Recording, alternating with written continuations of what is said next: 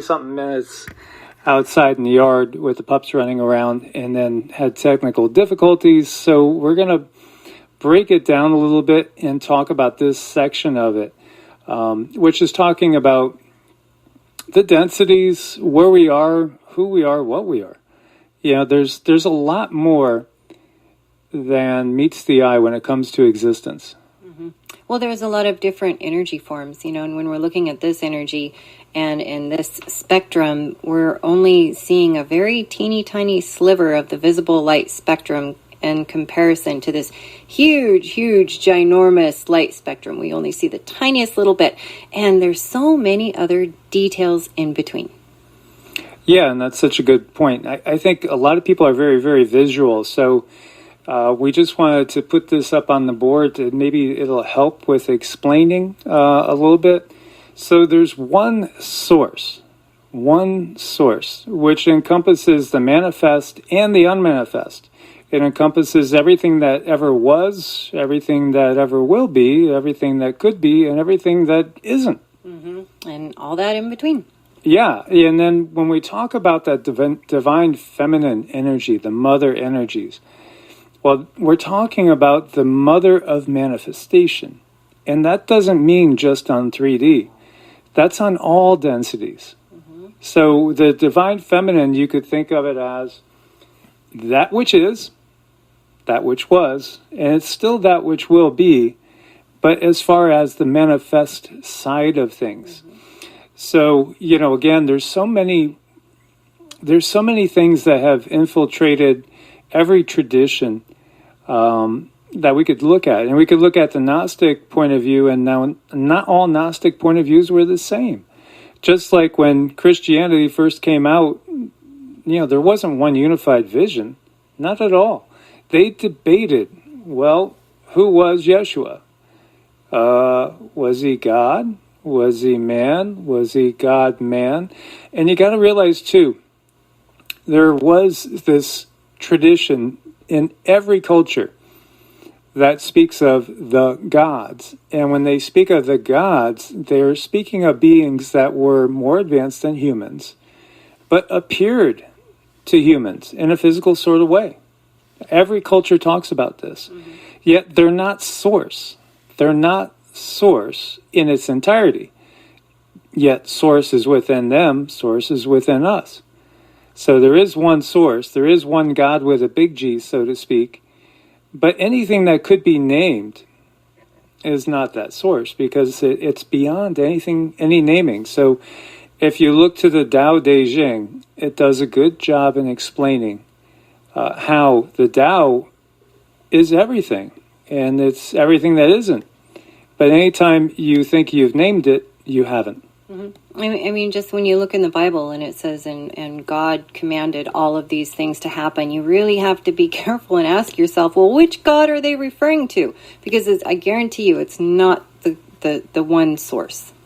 Absolutely. So people will say, well, the only one true God. And again, that is one of the biggest distortions in history. Because there is one source, but they got us always divided. And divided over dogma, that's just basically a story. There's no reality in it. It's all about keeping us divided. So there is one source, which again encompasses the manifest and the unmanifest, everything that is, was, will be, and also anything that could be. So it's that potential, whatever could be conceived of, because ultimately, again, thoughts are as real as anything. And this very reality we know on the quantum level, it's waiting for you. It's waiting for you to decide what it's going to be, because it reacts to our consciousness. Everything about this reality is all about consciousness. This is a reality that's created for consciousness to explore, learn, and to grow. It's not about basically us being created as a slave to serve anybody. Because ultimately, if you get down to it, even these higher beings with much more technology, they're not really higher up than us. when you recognize the source energy that's within us. Now, with each density, there's many, many different subdivisions. So like Cindy was saying, she was looking at the lines and I'm drawing them as I'm drawing them in the 4D zone. And you see, I have down there Enlil, Enki, Marduk, and all those beings that we could call them Asuras, we could call them gods, we could call them Anunnaki. Again, everything is just labels, and labels can be used to divide us. You know, they're there at the very threshold of 4D. So they're in the lower astral realm. They're in the lower 4D area, which many will recognize this is the area of nightmares, so to speak. Now, 4D is something that's not foreign or alien to us, because when we sleep, that's where we are. We're there in 4D. And so when you see you go higher up the line and you go into a different classification of being, like Thor or Odin, but they're still 4D beings. And depending on where we are resonating at any time when we go and sleep, if we're in a really good place, our vibrations are super high, say you went to a kirtan, say you went to some sort of beautiful festival that was all full of high vibrations, and you go to sleep that night, you might find yourself on upper 4D, having an absolutely fabulous experience.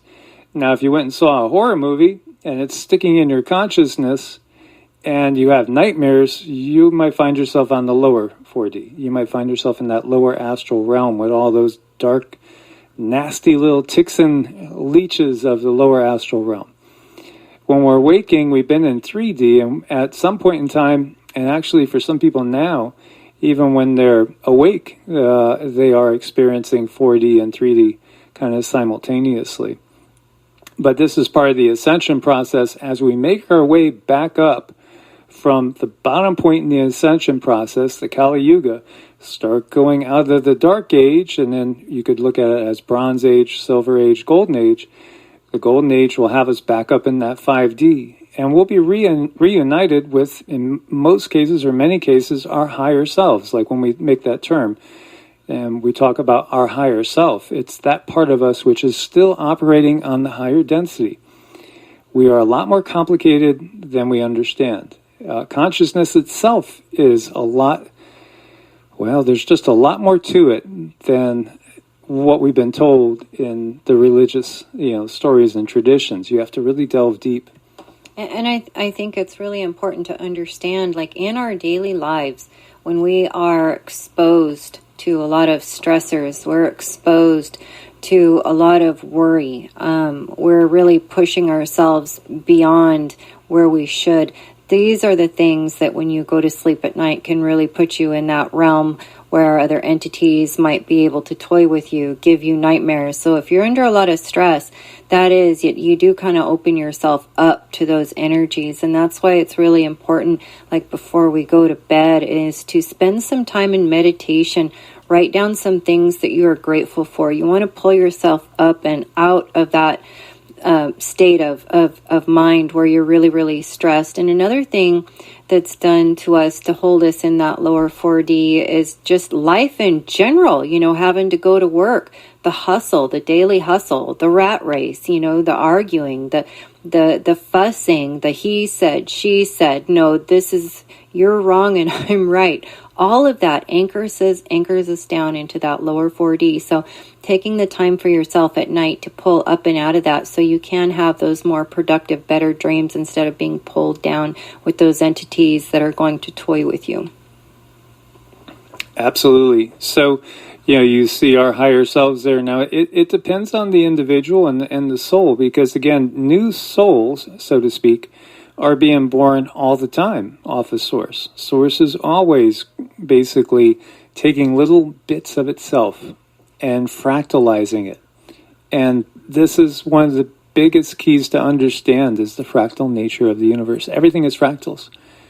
Everything is fractals. And what are fractals? Fractals are like a part that contains the entirety of the whole. It's kind of a reflection of, and this is the as above, so below. This is created in God's image, so to speak. And so, we could always interpret these things in many ways, because, people that believe that the Anunnaki are our complete creators will say we're created in the image of the Anunnaki. Well, they tinkered with our genetics, absolutely. But our soul is a reflection of Source, the one Source, and not the different gods that can be named, the one Source. So in that sense, again, we are created in Source's image. I think when you say Source, though, then you get to the root of the matter. And so what I was talking about before was how, there was not one unified Christianity. There was not one unified Gnostic point of view either. There were those Gnostic theories that said that all of creation is evil. And I feel like that's a distortion. That's, again, the controllers making their way in and distorting things as they are always want to do, because they want to cover up true knowledge of how everything works. If they're the only ones that understand how the universe works, then everybody else is being kept in the dark, and they could manipulate everybody. They could get everybody to do their will. Not your will. No, their will. They even have us praying that. They even have us praying that their will be done on earth as it is on Nibiru. And again, why don't we get a little more specific with it, right? So when we see the devas there on 5D, many of the devas operate between 5D and much higher realms, 6D, 7D, even above. And again, how high does it go? I don't think anybody really knows. Honestly, I know Barbara Brennan had seen, I think 13 or 14, I want to say 14 different layers to the human energy body, and I feel like each of these layers in some ways corresponds to different densities. And so, it's again, it could be an infinite number of densities. And we might be talking about these beings like the devas so high up, and still there's so much more to go. And then we get into these archetypes. And archetypes are something that every one of us is based on an archetype. Think about binary code and everything that could be created just by zeros and ones. Then we look at different archetypes. And, in some traditions there might be 7 archetypes, other traditions 12 archetypes. Again, these archetypes are a pattern of sorts. And this is, again, how things kind of work to take form as they come down from source, down through the densities. They take on certain archetypal characteristics.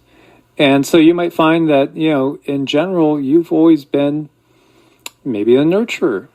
Maybe that's just what comes natural to you. And you find yourselves gravitating towards, either being a homemaker, the perfect mom, or maybe you're a nurse or a doctor or a counselor, something along those lines. We just have these natural tendencies in us to gravitate towards certain things. Another person might be a protector, might be a divine warrior of sorts. Could be, one that's a teacher. That's just what comes natural, is teaching. There's all these different archetypes which are basically patterns. And there's all these different mixtures of patterns. When we look to a Vedic chart and say we're looking at, okay, well, your ascendant is Gemini, right? But what degree? And again, that's what we're talking about when we're looking at 4D here.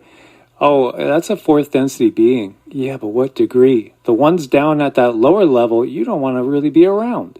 The ones at the high level, they're pretty benevolent, and they're for the most part nice guys, so to speak, and nice gals. So again, it depends on the degree as well. And Cindy could talk more about this, because this is part of why astrology is what it is, and Vedic astrology being so accurate. Because each one of these stars, each one of these planetary bodies is a being that has a distinct personality. And being that they are such large beings, and they are supporting so much life, because again, each one of us is supporting trillions of beings. And we are a universe unto them. To certain bacteria in your body, you're the entire universe. And they might look like just these squiggly lines or circles or, something that looks kind of gross under a microscope. Now, they might envision themselves, flying around in cars, flying cars or whatever. We don't know how they envision themselves. It could be that they don't look like to themselves what we see when we look under a microscope. Now, to certain beings of a very, very enormous nature, expansive nature, we might look like tiny little bacteria, so to speak, to them. Right. When we look at the planets, we can correlate it to this because we definitely look at the degrees in which it's sitting in that zodiac sign, and we have separating planets and we have manifesting planets, and each planet has its varying different degrees in a certain zodiac sign, and that says is it an immature planet, is it an old elderly energy that's kind of frail, or is it very young and strapping kind of energy? So those energies in varying degrees make huge differences. And then, like, if you look at Vedic astrology, you can slice that pie up into 1,000 pieces. But also that knowing that 1,000 pieces is going to help you understand about who you are, and this is what we are definitely trying to explain to people, like, what kind of power do you hold in 3D? And it's a lot. We are very powerful beings. We are co-creators, and we can create our own surroundings. That's really key to remember. What we keep up in our mind's eye is what we are going to manifest on the outside. Hence, that mood being lifted is so very important for our benefit.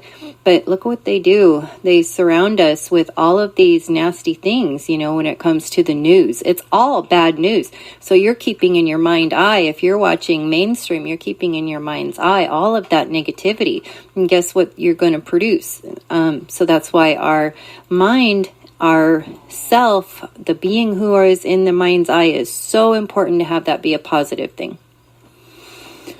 Absolutely. So again, if you are the type that only believes what you can see, well, you're limited. You're just missing out on the total reality of things. As you see, this is the visible light spectrum.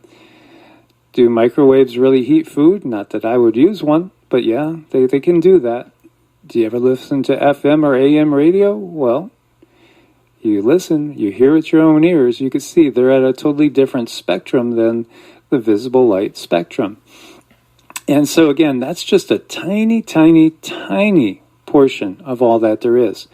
And yet, when we're talking about consciousness, everything is always changing. So your moods can change. You could feel blue, or you could feel healthy and bursting with energy. When traumatic events are brought about, people that would naturally be moving upwards in vibration out of any sort of lower frequencies can be made to experience a lower density existence through these tragedies and traumas. This is why we have wars without end. It's because they're trying to take this state of being and make us more blue, or make us sad, scared, apprehensive, frightened. They're trying to steal our energy. And that's exactly what is going on with this whole experience in the world.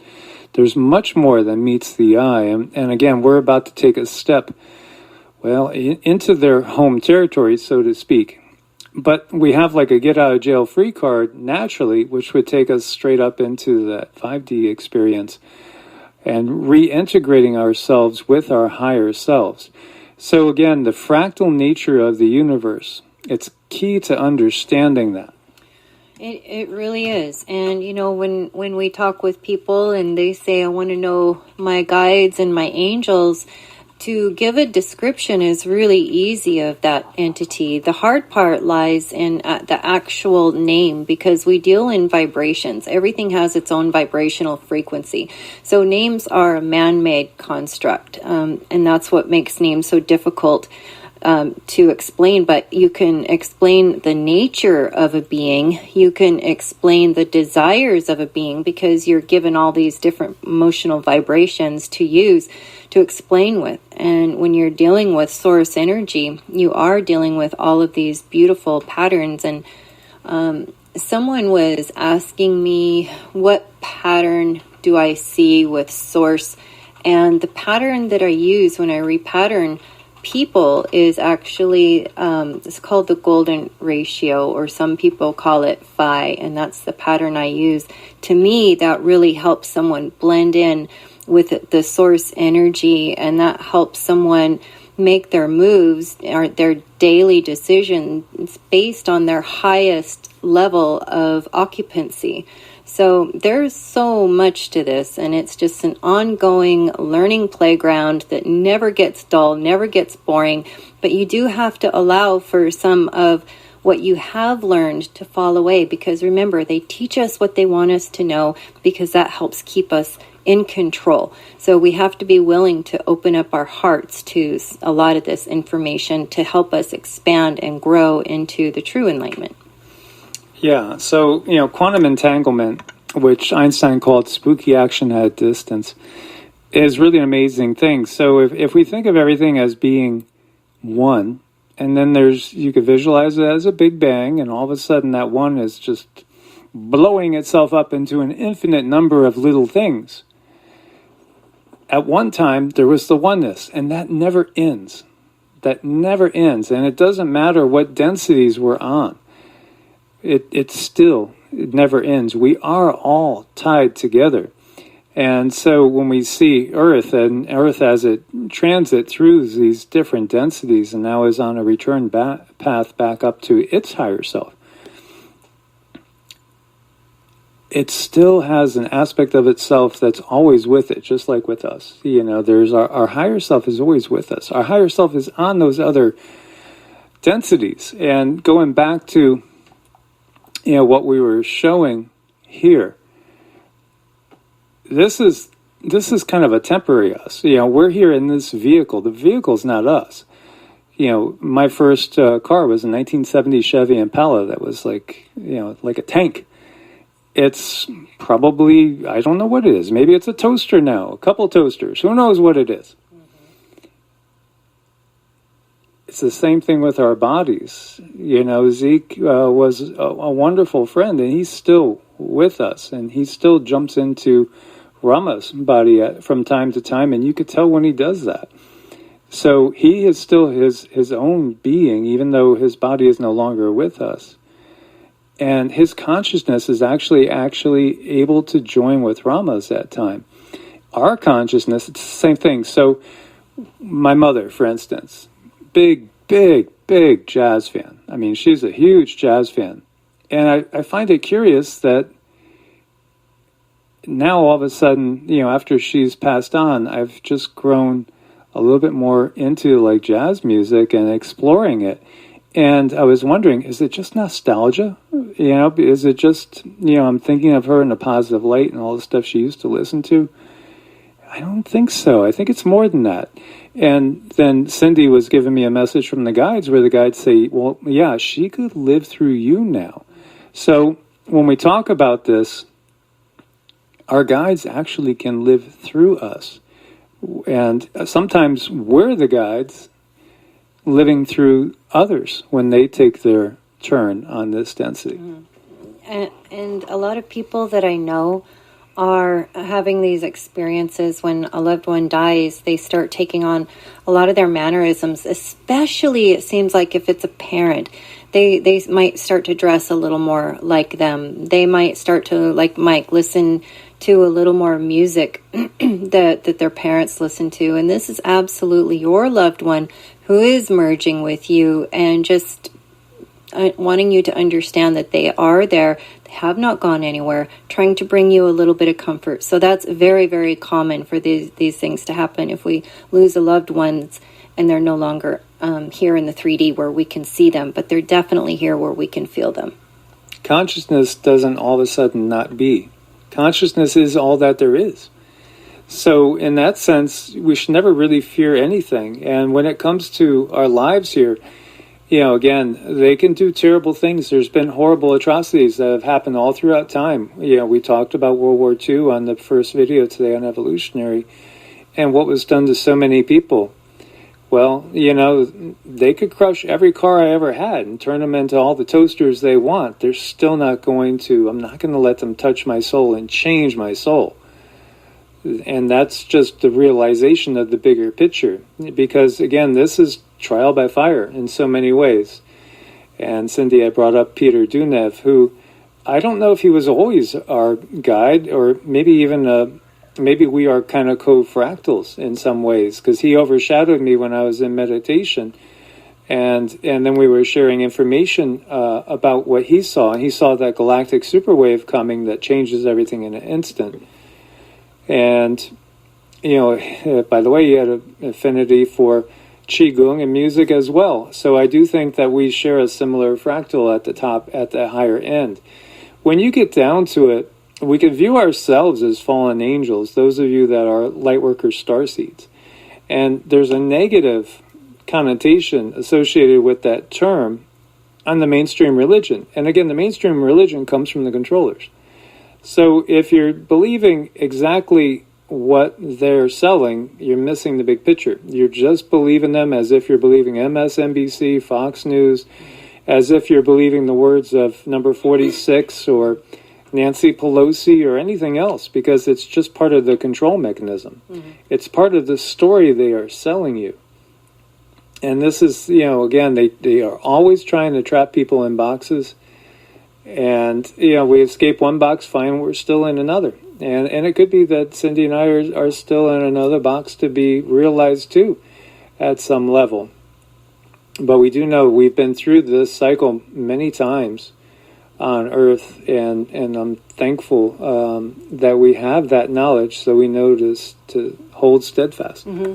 Right, it's that information when you start to understand, okay, there's really something's not right here. They're very good about bringing us up in the 3D realm and showing us all of this logic and training us really well to leave it to the professionals. Trust the professionals. They have the science. The science is the most solid thing you're ever going to see, but it only takes a simple glance back to science class and realize how many times have those science books been rewritten? How many poor children failed a science class when all the information that they gave was probably right, but it was marked wrong? Take a look back and compare all the 3D logic to what you know now and realize, no, they're not the professionals. Your soul is the professional, allowing it to open up and feel and breathe and see that which it came here to experience is you. And so, there's a reason why this world is all about obtaining degrees, obtaining quote-unquote education. It's all about the left brain. What does the left brain know? The left brain memorizes facts and figures and learns to think in a linear sort of in a linear manner. When we talk about God being love, if Source is love ultimately, Source is emotions and feeling. So there's a reason why we're told, like if you look to Star Wars, what does Yoda say to Luke? There's a lot of truth hidden in a lot of these things. It's right there in front of our faces. Of course, we'll just say, that's just a movie. That's just part of the script. And even these actors, we're seeing that the actors that are politicians, the actors that are in Hollywood, they're all working for the same people. They're all part of the same system. It's sad, but it's true. But yet the truths are out there. Yoda says, search your feelings. Don't think, but search your feelings. What are you feeling? Trust your feelings. We're taught to trust logic. We're taught to trust logical deduction given the parameters that they give us. Their indoctrination. Trust the left brain logic. Trust the science. Yeah. That's ever changing. That's ever suiting what they want to tell us. Trust your feelings. Look to these beings. What do they make you feel? Do they make you want to vomit? Do they make you feel like you got to go run and take a shower now? Because you just, watched The Sickle Maker or watched one of these other beings that their energy is horrible. Trust your intuition. Trust your feelings. That's the side that we operate on that's of a higher level, a higher density. That's the side that comes from source. So guys, for some of you, you might know a lot of this if you've been part of the family for years. For others, some of this is going to be shocking, if not absolutely sacrilegious. That's very, very true, yes. But this is what Cindy and I are here to do. Break down walls, open up minds, and get people to see the bigger picture, thinking out of one box, recognizing you're still in another box, getting out of that box, escaping all the boxes of this matrix. She's giggling. She's giggling. Because there's so many boxes. We are within a box, within a box, within a box, within a box, within a box, within a box. And then even after that, you have to remain open to understand. You still might be being manipulated. It's tough out there. It's seriously tough. And, it can drive people almost insane. That's why many people will say, I'm going to believe what I believe. It was what was taught to me by my parents, by my uncle, by my teachers, by the guy next door, by the milkman. Right, because it is true. It's scary to understand that your belief system has been shattered and now you have to find your own. That's a very frightening journey to journey alone, but this is why we're here to tell you guys you're not alone. Absolutely. The unveiling comes to all in time. So for many, it might come after the end of this physical life. And then you all of a sudden realize, wow, okay, well, wasn't what I thought. That's for sure, right. Absolutely. But the good thing is, we are eternal beings. We are eternal beings having a temporary human experience. This body is but a vessel. And please do subscribe and join us on both channels, EE Arts and also on Evolutionary Energy Arts. So the last video on evolutionary was, are reptilians among us? In my mind, the answer is, yeah, of course. They've been here for thousands of years, if not longer. And actually, it's a cyclic thing. Again, we have to think in terms of a spiral instead of a circle. And no, time is not really linear. And time itself ultimately is an illusion anyway. It is. It is definitely a man-made construct. Well, it's the only way we could perceive things in these limited bodies. And we are truly unlimited beings in a limited body, a limited vehicle. And they're trying to take your Ferrari and turn it into a Yugo or a Pinto. So let's not let them. No, and that's being done through genetic modifications of all sorts. So when we look to the sky in medieval Europe, medieval Israel, what did we see? Well, this guy, he's looking up and he's seeing something that in modern times we might call a flying saucer or a UFO. So one of our family members sent me a video and said, please watch it. It's only 15 minutes. Please watch it. Maybe this explains everything. And the video was a channel that was basically saying, I got it, guys. I got the answer. The answer is there's not aliens. It's all the Nazis. The Nazis are doing this. The crash at Roswell, that was the Nazis in those flying saucers. Or actually, I think that guy was saying those were the Nazis, and it was the Nazis, not really extraterrestrials. And so it's always been just humans here. But were there Nazis in 1289 AD? When's the origin of the National Socialist Party? It wasn't in 1289 AD.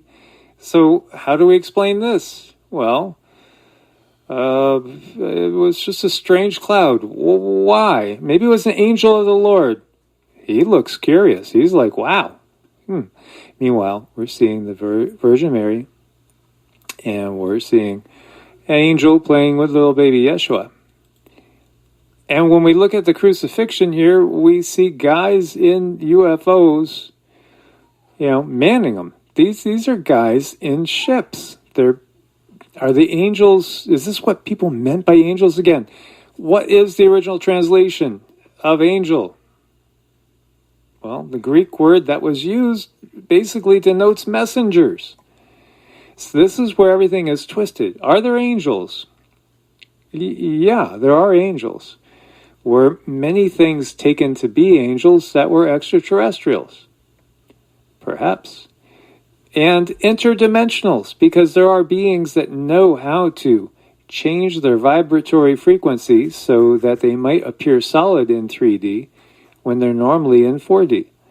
When we are sleeping, we become inhabitants of a 4D realm. That's where we go when we're sleeping. We actually leave the body and explore elsewhere. We're tied by the silver cord to our body, and we come back to the body under most circumstances. Sometimes if we're jolted back into the body suddenly, we might find that we can't move because we've jolted back too quickly, and we have what's called sleep paralysis. Other times there's entities that literally try to take us out of the body, and that causes the sleep paralysis because they're actually taking basically the energy body out of the physical body. The physical body is only one layer to your body. There are multiple layers, many, many layers. Actually, there's probably more than any of us really know. We're much more complex than we think. And how do are these guys Nazis? These aren't Nazis up in the sky here. Again, around the crucifixion of Yeshua, well, actually, we've gotten that Yeshua wasn't crucified. It was actually his brother, Thomas, who really was a twin. But still, at that time period, 30 AD, 35 AD, 36 AD, whenever it was, there were no National Socialists around, at least not that we know of. Well, yeah, I mean, you got to bring up these minor details. Minor details. And here, Moses, he's got the 10 Commandments. He's happy. He's running, and you can't really make out, but he's got 2 horns there. Why does he have 2 horns there? Well, I'll tell you one thing. It's not his crown chakra, because the crown chakra, there's just one crown chakra. It looks like he's running with the 10 Commandments towards some UFOs that are booking. Isn't that curious? Let's just do one more really quick. I'm going to hand this to Cindy for a comment. Mm-hmm. Yes, I mean, it looks like he's trying to get the attention of those UFOs, or he's excited about finding something, or who knows. But a lot of this stuff has been in our grasp and in front of us for many, many years. Look at Moses' horns. Moses' horns. Moses' horns. Moses has horns. Moses has horns. Moses has horns. Moses has horns. Why is Moses laden with horns? That's a very good question. Yeah, I don't know, but it's all over. Well, actually, I got ideas. And I'm going to share them with you at the end. It's interesting because many people have never noticed that. Oh, okay, so there's Moses running.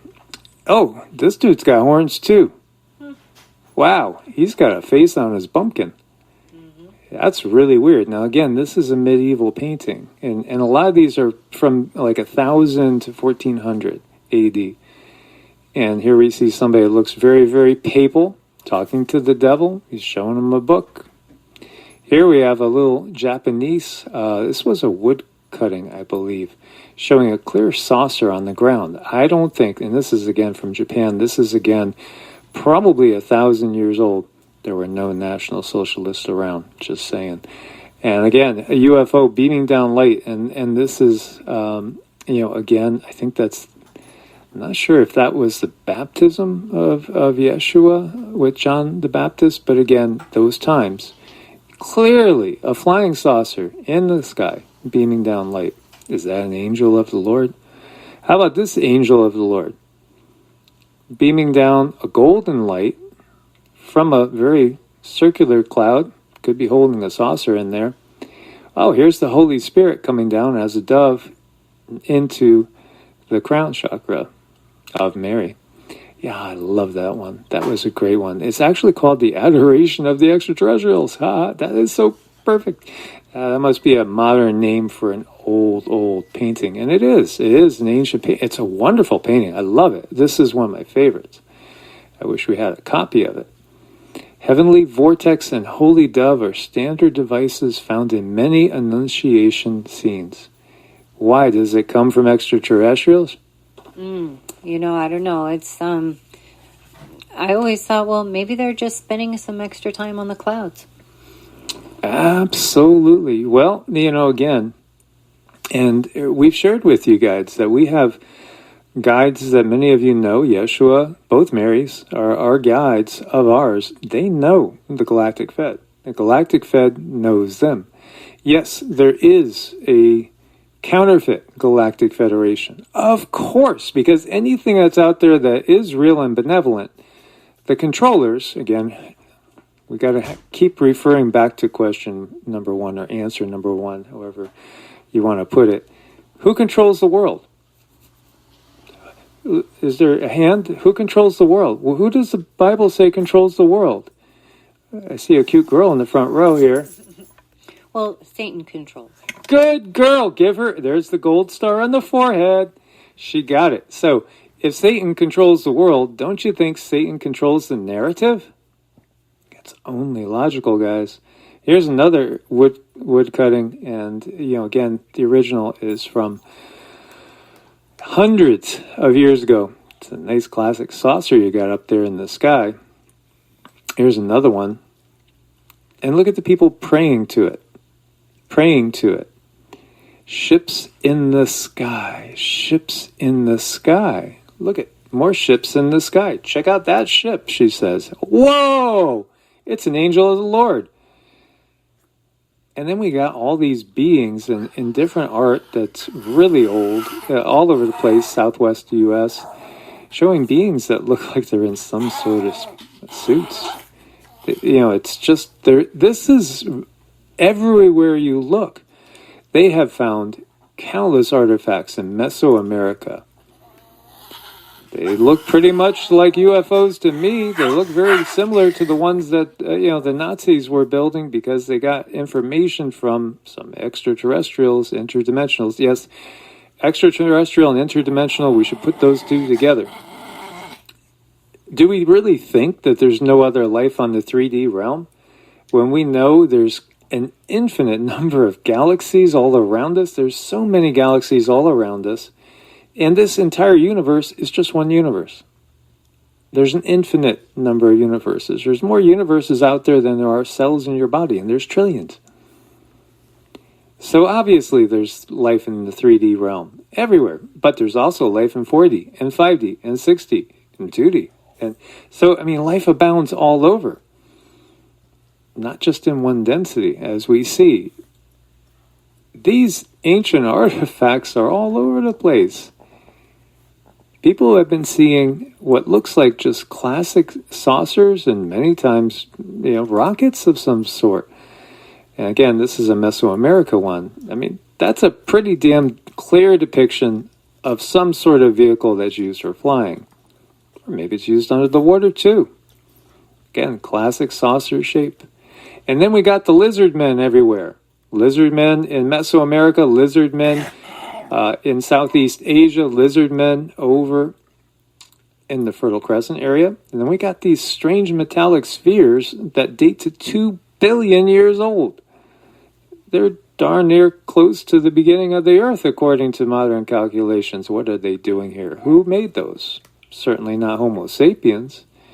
That sure looks like some sort of space chute, does it not? How about these? These look very much like rays. These look like rays. They're finding these things all over the world in excavations. Nothing to see here, right? Wait a minute. Hey, that guy's got kind of a weird elongated head. Look at those big black eyes. I've seen that before. Interesting. Oh boy, he's brought his brother with him too. Now they're just masks. There's nothing to see here. Well, how about this dude? And there's another saucer shape up in the sky. Yeah, saucers everywhere. Anywhere we look, there's more and more flying ships all over the globe. I know that one flying ship back there, if you go back one, first of all, it's very difficult. I don't know how they made these, because of course they only had chisels and hammers, right? So it must have taken a lot of time to get these down. But then if you look closer, they almost look like tanks and helicopters. They sure do. So, does that, some people have said that, well, these are all actually time travelers. They're actually still from here. Because for whatever reason, it seems like some people don't want to admit that there's life on other planets. And that the reality is we live in much more of a Star Wars situation than most people realize. And we actually have these elongated skulls, not just found in Paracas. Paracas is famous for these. In Serbia, too. That you find these around the Black Sea. And you do find them in South America. And also what's coincidental about this, or maybe not, is you find some intertwined DNA lineage that shouldn't be there by modern historical, thinking. Mm-hmm. Right. I mean, there's just so much information, and we're only taught like one basic line of thinking in school, and it's always, this isn't possible. Well, they say that what happened was people thought this was something that was beautiful. So when kids were born, babies were there, they strapped boards on the heads because they wanted to emulate the gods and make them have conical heads like that. Okay, well, what gods were you looking at that had conical heads? Better yet, though, the biggest thing is, if you guys understand the skull, the skull in a baby, these plates are not fixed. They're actually floating. They calcify as we get older.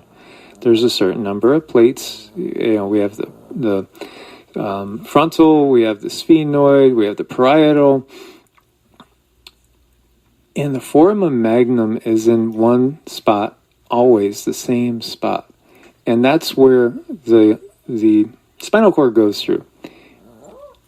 Now, what we find with these is that the plates are not the same as in Homo sapiens, and the foramen magnum is in a different spot. In other words, it ain't human. It's not Homo sapiens, we could say. It's humanoid. But as you see here, the spinal column enters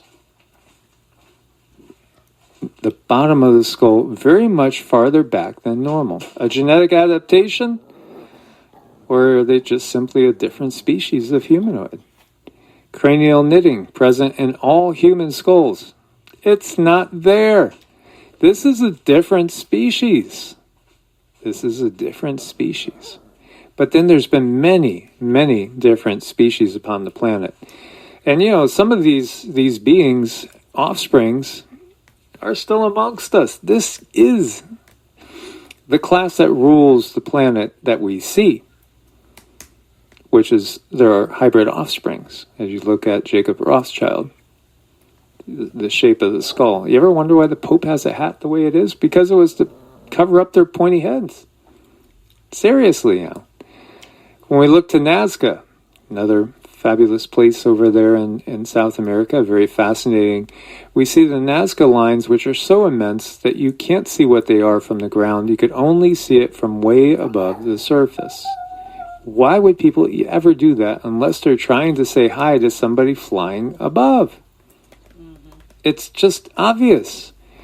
When we look to the plagues of Justinian, there were signs in the sky before the plagues came. And these were bad. These were a cousin and a precursor to the Black Death. It was a bubonic plague that killed as many as 5,000 people a day and cleared away up to a quarter of the eastern Mediterranean population. So much worse than what we've seen in this current plague upon the land.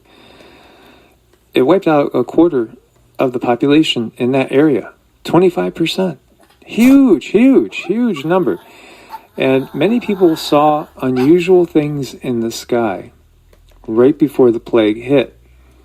One chronicler of Justinian's plague was the famous historian Gregory of Tours, who documented a number of unusual events from the plague years. He reports that just before Justinian's plague invaded the Auvergne region of France in 567 AD, 3 or 4 brilliant lights appeared around the sun, and the heavens appeared to be on fire. Could it have been a sundog? Maybe. Were they spraying chemtrails? We know from declassified documents they've been spraying the skies from here in this modern age for 70 years. But what if the humans that are doing that now learned that technique from somebody else, just like the Nazis learned how to make those flying saucers? Mm-hmm. Well, they always have to go back to, oh no, we're alone, it's just us, because these beings don't like to be tattled on or even known about, because if we know about them, it kind of ruins their whole game plan. So another historian reported a similar event 23 years later in another part of France, Avignon. Strange sights were reported in the sky and the ground, sometimes as brilliantly illuminated at night as in the day. So the night got turned to day sometimes from these lights. Shooting star? Swamp gas from Uranus? Perhaps ETs. Perhaps beings that are not Homo sapiens. Shortly thereafter, a disastrous outbreak of the plague occurred there. Gregory reported a sighting in Rome, consisting of an immense dragon which floated through the city and down to the sea, followed by a severe outbreak of the plague immediately after. Such reports chillingly suggest the unthinkable, that Justinian's plague was caused by biological warfare agents spread by custodial or controller aircraft. It would be a repetition of similar plagues reported in the Bible and ancient Mesopotamian texts. By the time of Justinian's plague, however, the custodians were invisible. So this is from the Gods of Eden, which was a great book. You could read it in one sitting. It goes by so fast. And very well researched. Which gets you thinking about the Lord went before them by day in a pillar of cloud and to lead them along the way. And we're talking about Moses, right? And somehow they got lost for 40 years in there. And then at night by a pillar of fire to give them light. Now we could clearly translate that nowadays and understand that ships are always up there in the sky, and they do have cloaking technology, and yeah, sometimes there will be clouds that appear to hide the ship. Also, much of the craft is able to shift dimensionally from 3rd to 4D. So that's not a stretch to think that a cloud could be leading a group of people somewhere. Or by a pillar of fire during the day. You know, we've seen pillars of fire like that too. This was a shot that I took in New Mexico. Yeah, this all goes together. It ties together. We've never been alone here. The controllers gave us everything. They gave us our religions. They've changed everything around. Moses at the burning bush. Now Moses was tending a flock of Jethro, his father-in-law, priest of Midian, and he led the flock to the back of the desert, came to Horeb, mountain of God, and the angel of the Lord appeared to him in a flame of fire from the midst of the bush. So he looked, and behold, the bush was burning with fire, but the bush was not consumed. Then Moses said, I will now turn aside and see this great sight, why the bush does not burn. So when the Lord saw that he turned aside to look, God called to him from the midst of the fire and said, Moses, Moses. And he said, Here I am. Then he said, Do not draw near this place. Take your sandals off your feet, for the place where you stand is holy ground. Moreover, he said, I am the God of your father, the God of Abraham, the God of Isaac, and the God of Jacob. And Moses hid his face, for he was afraid to look. And the Lord said, I have surely seen the oppression of my people who are in Egypt. And then, he promised to lead them. But when you look at it, he says, I am the God of your father, the God of Abraham, the God of Isaac, and the God of Jacob. So the way he words that, if he's making a distinction that he's the God of these people, then he's not the God of other people. That means just logically that there's other gods. Or there's other beings of the classification of this particular being. That's just logical. It's actually even in the Bible. It said that thou shalt not have any other alien gods. Well, where was Abraham from?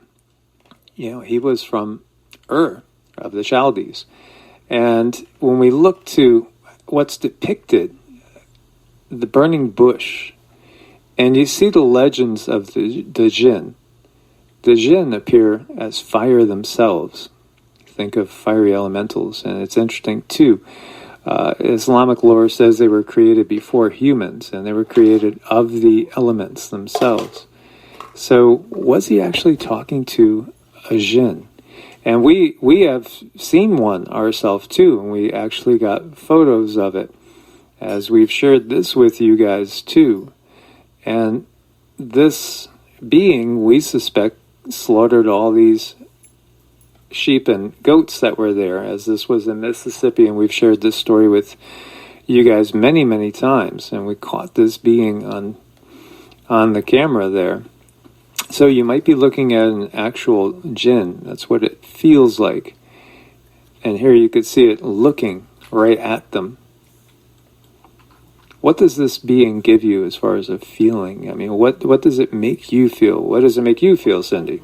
Well, it gives you that feeling of just really uneasy, disturbed energy. And even these animals, they ultimately walked away, and I think that's in the video too, that they took a look and they just walked away. They went the other way. But this definitely gives me a lot of pushback.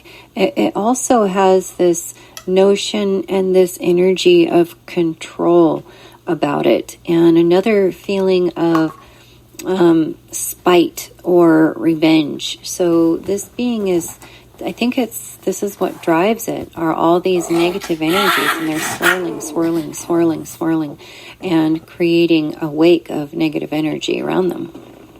Absolutely. And this was filmed in April of last year, and this was south of Hattiesburg, just south of Hattiesburg, Mississippi, and right near an Air Force base. Actually, it's one of the larger Air Force bases. So this is basically when David does a census, and this is First Chronicles. There's another version too of this, as you see over here in 2 Samuel, talking about the same. And there was a comment that somebody said, yes, I believe that the entire Bible is the 100% true Word of God, and it's perfect cover to cover. And here in one account we see it's God that is mad at David, so he makes David go and do a census after he told David to, whatever you do, don't take a census of the people. In the other one it says Satan stood up and decided to make David do that so he would get punished. So what happens is, so obviously those two are contradicting each other. Or somebody will say, well, actually, God moved Satan to do it. They always try to rationalize things just to defend it. But there's so many things we could bring up that are truly indefensible. And we've talked about Jericho and how, it's said to slaughter every man, woman, and child inside Jericho, but take the gold and the silver and put it in the storehouse of the Lord.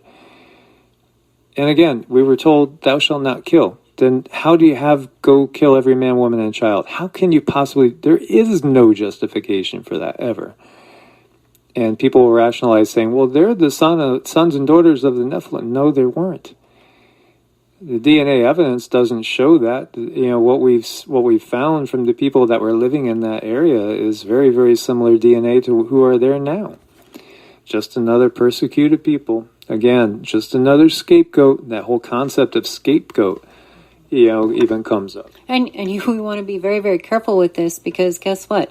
We're sitting in that position now. So we could be sitting in a book of some other entity that's controlling, and they could say, go kill every man, woman, and child, and somehow justify it. So really, there is no difference other than just the time. So for his punishment, he gets to choose. David gets to choose. So God says to David, choose one of these three things. You pick one. 3 years of no food in the land, 3 months to be destroyed by the sword of those who hate you, or 3 days of the sword of the Lord. This would be a disease sent upon the land. The angel of the Lord would destroy with disease through all the land of Israel. Now decide which answer you're going to make. So David made his decision. And his decision was the 3 days. So the Lord sent a disease upon Israel, and 70,000 men of Israel died. And then he sent an angel to destroy Jerusalem. And right before he was going to destroy it, he saw the trouble and he was sorry, so he pulled the angel back. Is that the benevolent source of all life on every single universe that there is? Obviously not. Quite the opposite. Quite the opposite. I'll have all the links for you guys as always. you got to ask questions too, like how did the Dogon tribe know Sirius B existed? This is an African tribe that knew Sirius B existed before science did, because it's a dwarf. It's a dwarf star that you can't see with the visible eye, but they knew it was there. How did they have that knowledge? Not only that, but they say their roots are from that star system. I don't think the Nazis and their saucers went back through time and picked them up, and no, that doesn't work. But then when we look to the Vedas, we see, they tell us there's all different humanoid beings here, and in the Golden Age, mankind was led by the Devas. So when we're in a 5D existence, we have certain beings that are around us, and they're basically pretty benevolent. And they teach us the actual truths of how the universe works. They teach us things like there is one source.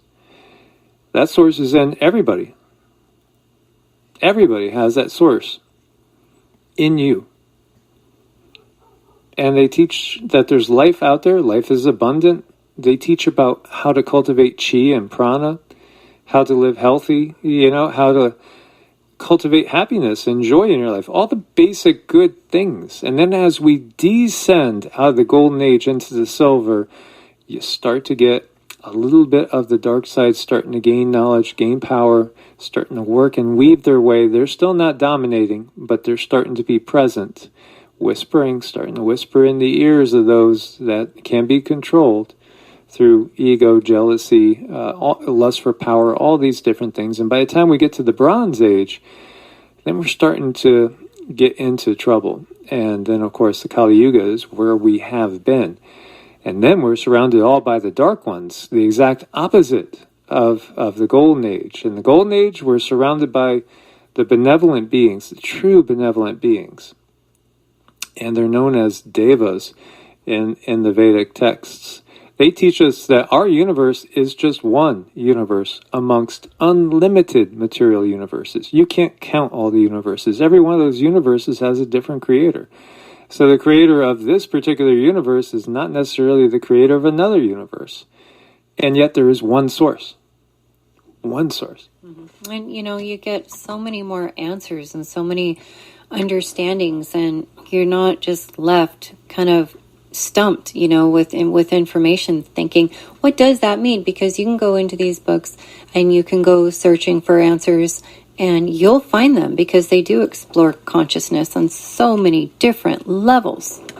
And you are a universe. We've talked about this before. You have something called a microbiome in you. There's 10 times the number of your cells in things that are not you living in you. So to all these different bacterias and things along those lines that are living in your body, you are the entirety of the universe. And they even equate that here in the Puranas and in the Vedas and in teaching that ultimately we are living in the mind of God. We're actually living in the body of a being. The entirety of everything you see is just perhaps, a small little portion of the body of an actual being on this 3D level. And still, that being is inside of another being. This is how consciousness works. This is how the universe works. It's a fractal universe. Fractal. The whole is contained, the essence of the whole is contained within the individual. So here we see Deuteronomy 32:8, which I've quoted many times. When the Most High God, now again, right there, the Most High One. Which one? The Most High One. His ship's up there. The other ones got their ships over there and there. Oh, okay, that one you mean. Oh, okay, I get it. Now, you're talking about a being amongst the same category of beings. So when the Most High One divided the nations according to their inheritance, when he separated the sons of Adam, now, there's many different translations of this. And sons of Adam is not one that you always see. You'll see sons of the gods. Sons of God, the sons of the gods. He appointed the borders of the people according to the number of the children of Israel. And the Lord's portion is his people. Jacob is the lot of his inheritance.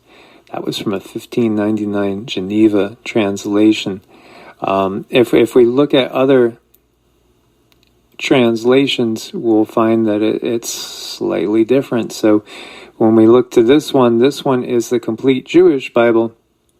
It says, when Elyon gave each nation its inheritance, when he divided the human race,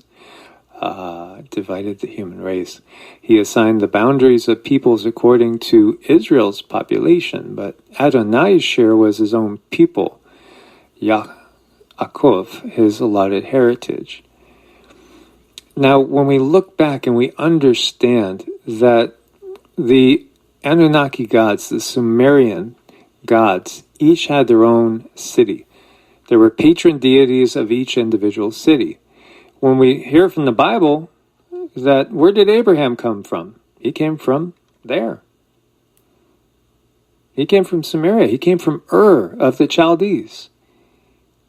That's thought to be where he comes from. He comes from Ur.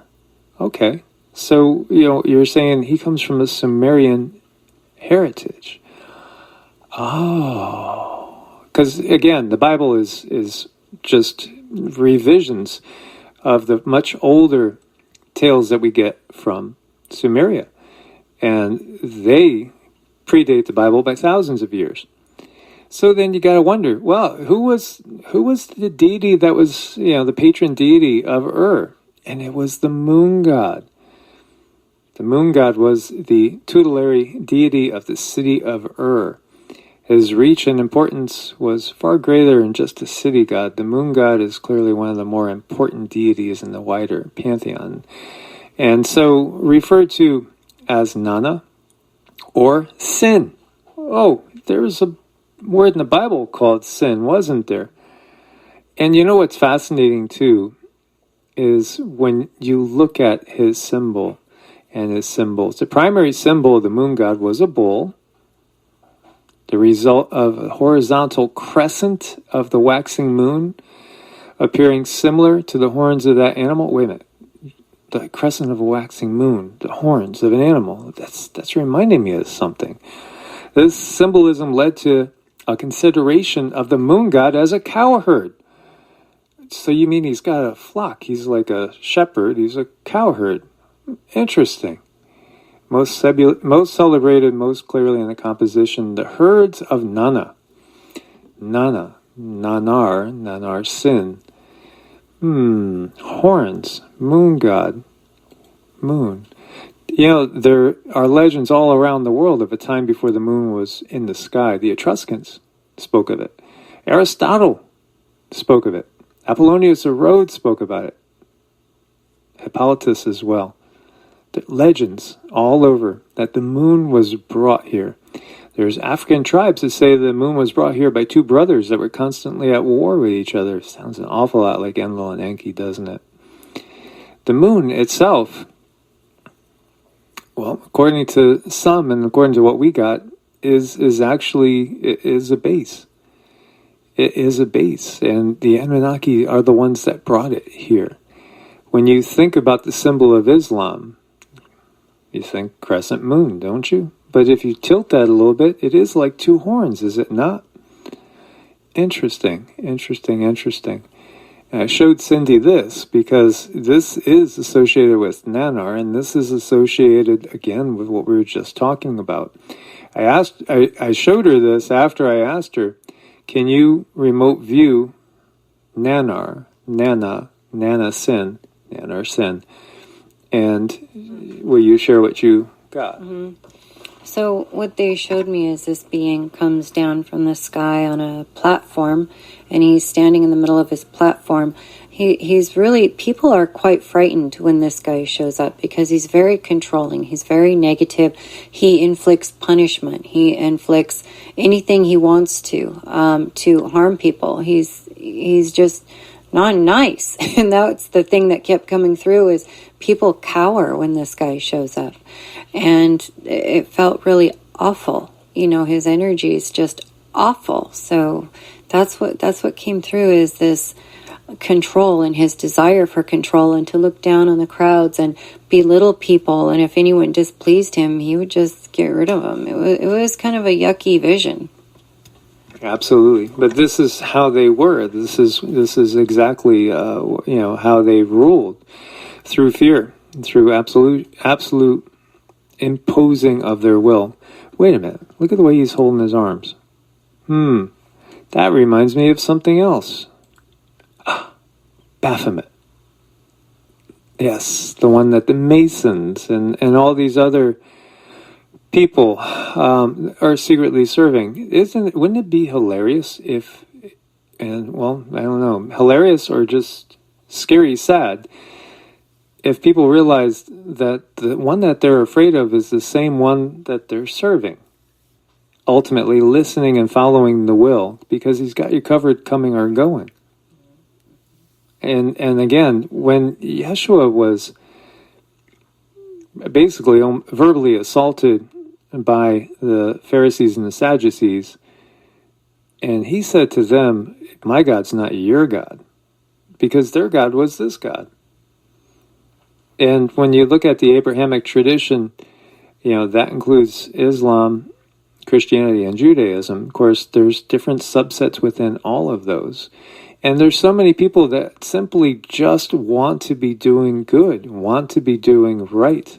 That's all they want to do, is they want to be a better person, but they don't understand that some of the principal concepts that they're given are actually negative concepts that limit one's perspective, that keep people in a fear-based system. My mom used to say, I like the church much better now, she's talking about the Catholic Church, than when I was growing up, because all they talked about when I was a kid was hellfire and damnation. You're going to hell. You're going to hell. You're going to hell. You're a worthless sinner. You're going to be tortured forever in burning fire. And, that's not really the case. Just look to people's stories after death and near-death experiences. You don't really find a lot of that. And, again, that's all fear-based control system. When they talk about the whole concept of original sin, because, the very first female did something that she wasn't supposed to do, tempted her husband to have a yummy apple. Well, now everybody that's born is under, the law of, paying back that original sin.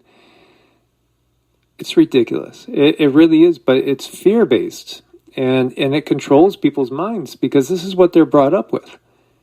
And it's sad, because then again, we're expecting to be punished. We're expecting to be tortured. We're expecting, the tribulation with one plague after another. And we are taught to believe we have it coming. They're giving us self-fulfilling prophecies so that we will fulfill them. Mm-hmm.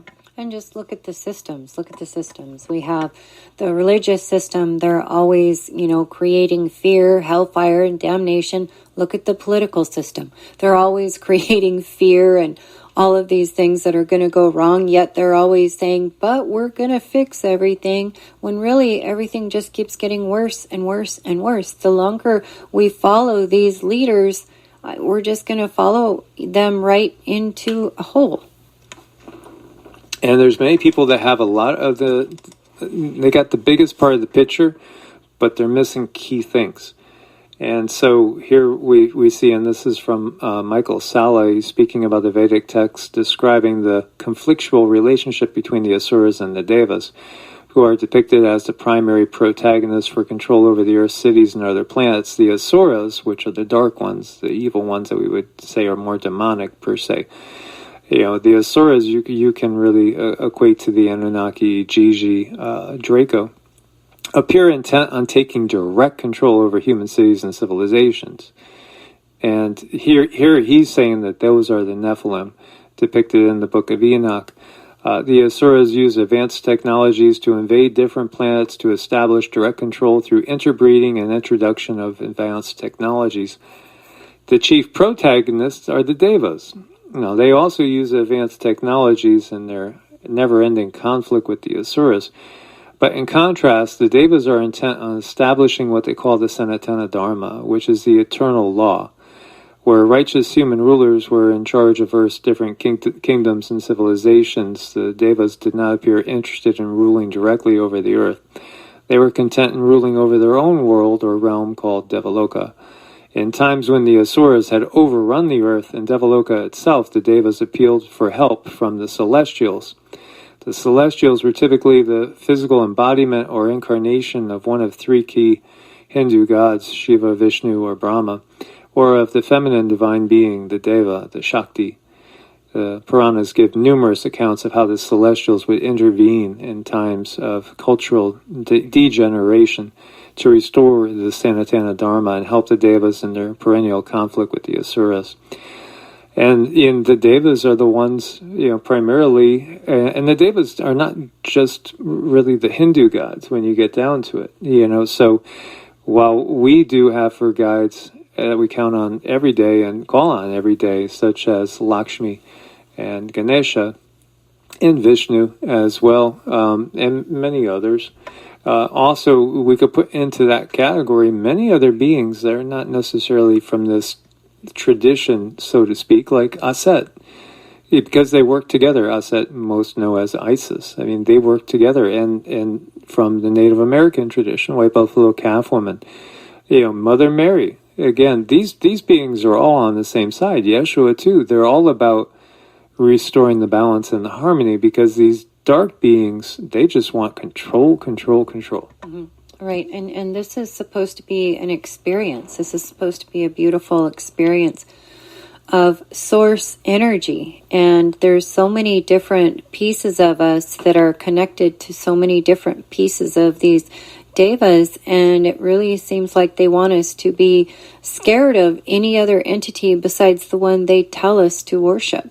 And the thing is when we have these connection with these other entities, these other deities, they can really help us. They can really truly help us if we so ask, if we desire, as long as we are open to their energies and receiving help. It's just like receiving healing from your own mother, It's like receiving a hug or a kiss from your own mom or your dad, somebody who truly cares about you.